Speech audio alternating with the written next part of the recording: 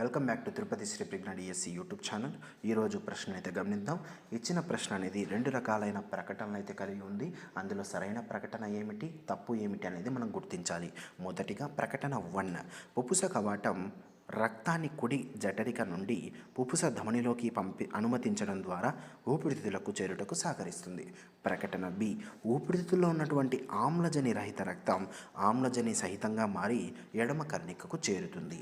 ఇది మనకు ప్రశ్న. ఈ ప్రశ్నను మనం అవగాహన చేసుకోవాలంటే దీని బ్యాక్గ్రౌండ్ ఉన్నటువంటి కాన్సెప్ట్ మొత్తం తెలుసుకోవాలి. మొదటిగా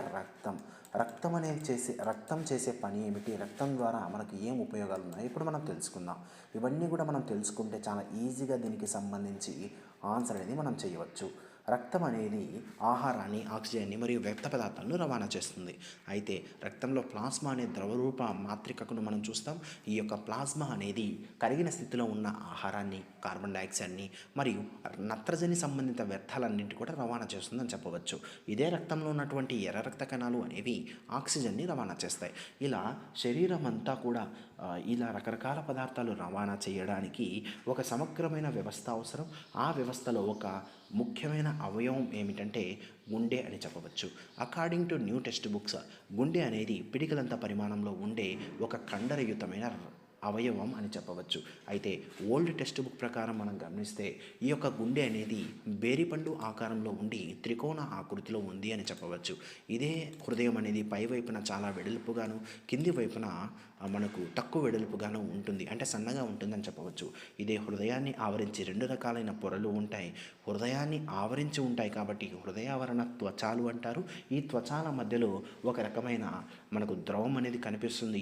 ఎందుకు ఈ ద్రవం పనికొస్తుందంటే ఆ గుండెకి ఏదైనా అగాధాలు మనకు తగిలితే, షాక్స్ ఏమైనా తగిలితే గుండెకి ఏమీ కాకోకుండా ఈ యొక్క ద్రవం అనేది గుండెని కాపాడుతుంది అని చెప్పవచ్చు. అయితే మనకు రక్తనాళాల విషయానికి వస్తే మనకు రెండు రకాలైన రక్తనాళాలు ఉన్నాయి. ఒకటి సిరలు, రెండు ధమనులు. సిరలు ఎప్పుడు కూడా ఆమ్లజని రహిత రక్తాన్ని సరఫరా చేస్తే ధమనులు ఎప్పుడు కూడా ఆమ్లజని సహిత రక్తాన్ని సరఫరా చేస్తాయి. అయితే సిరలు, ధమనుల మధ్య ఒక డిఫరెన్స్ మనం చూద్దాం.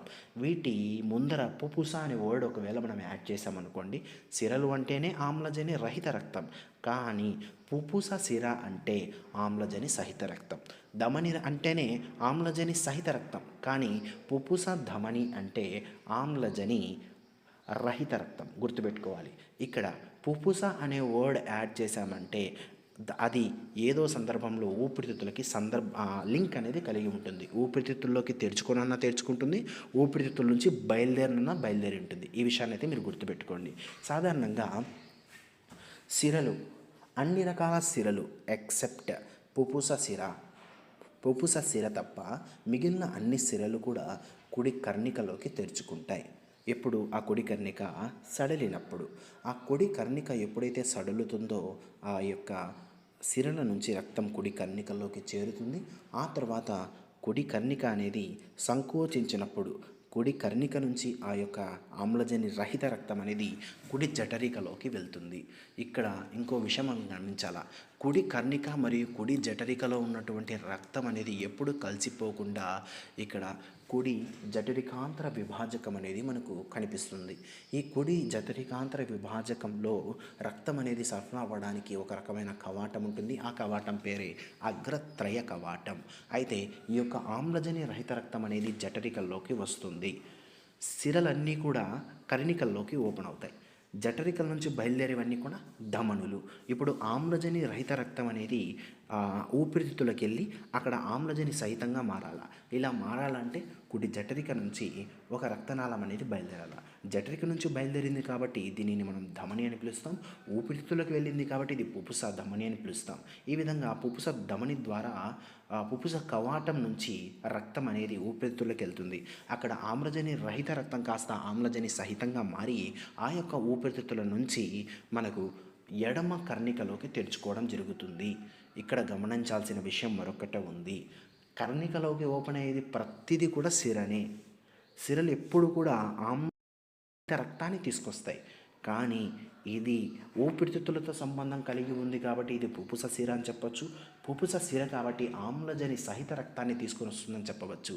అదేవిధంగా ఆ యొక్క ఎడమ కర్ణిక నుంచి ఎప్పుడైతే సంకోచిస్తుందో ఆ కర్ణిక, అందులో ఉండే రక్తం కాస్త ఎడమ జఠరికలోకి వెళ్ళడం జరుగుతుంది. ఎడమ జఠరిక నుంచి ఆ యొక్క ధమని ద్వారా మనకు ఆ బాడీ మొత్తం కూడా ఆమ్లజని సహిత రక్తం అనేది సరఫరా చేస్తుందని చెప్పవచ్చు. అదేవిధంగా ఎడమ కర్ణిక మరియు ఎడమ జఠరిక మధ్య ఎడమ జఠరికాంతర విభాజకం అనేది ఉంటుంది. ఆ విభాజకంపై గల కవాటాన్ని అగ్రద్వయక కవాటం అని పిలవడం జరుగుతుంది. అయితే ఇప్పుడు ఇచ్చిన ప్రశ్న ఒకసారి చూద్దాం. ప్రకటన ఏ. పుపుస కవాటం రక్తాన్ని కుడి జఠరిక నుండి పుపుస ధమనిలోకి అనుమతించడం ద్వారా ఊపిరితిత్తులకి చేరుటకు సహకరిస్తుంది. ఇది సరైనదే. ఇప్పుడే మనం డిస్కస్ చేసినాం. జఠరిక నుంచి బయలుదేరే ప్రతిదీ కూడా ధమనే. ధమని నుంచి బయలుదేరే మనకు ఏదైతే ఊపిరితిత్తుల్లోకి వెళుతుందో దానిని పుపుస ధమని అంటారు.